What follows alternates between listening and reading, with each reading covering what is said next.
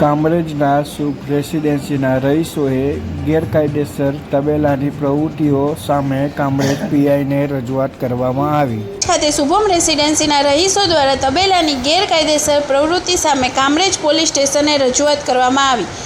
રહીશોના જણાવ્યા મુજબ શુભમ રેસિડેન્સીની આસપાસ અને સ્વચ્છતા તેમજ આરોગ્ય સંબંધિત સમસ્યાઓને લઈને ગ્રામ પંચાયત, કલેક્ટર, મામલતદાર, ધારાસભ્ય જેવા અધિકારીઓને વાત કરવામાં આવી હતી. તેને લઈને તબેલાના માલિક દ્વારા રહેવાસીઓને મા બેન સમાણી ગાળો બોલી જાનથી મારી નાખવાની ધમકી આપવામાં આવે છે. તેને લઈને આજ રોજ રહેવાસીઓ દ્વારા કામરેજ પોલીસ સ્ટેશનના પીઆઈને રૂબરૂ જઈને રજૂઆત કરવામાં આવી હતી. આ મામલે તબેલા માલિક સામે કાર્યવાહી કરવાની માંગ કરી હતી. આજે મેં કામરેજ પોલીસ સ્ટેશનમાં વિજયભાઈ ગબલા ભરવાડ જે છે તે ભેંસનો તબેલો સોસાયટીમાં ચલાવે છે તેમની ફરિયાદ લઈને આવ્યા છે.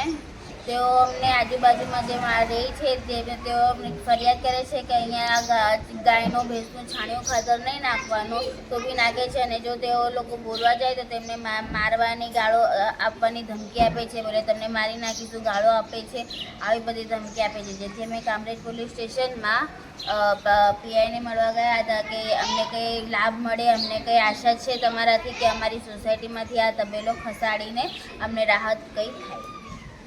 કેમેરામેન હિમાંશુ સાથે હર્ષિલ ધોળકિયા, સમય મિત્ર ન્યૂઝ, સુરત.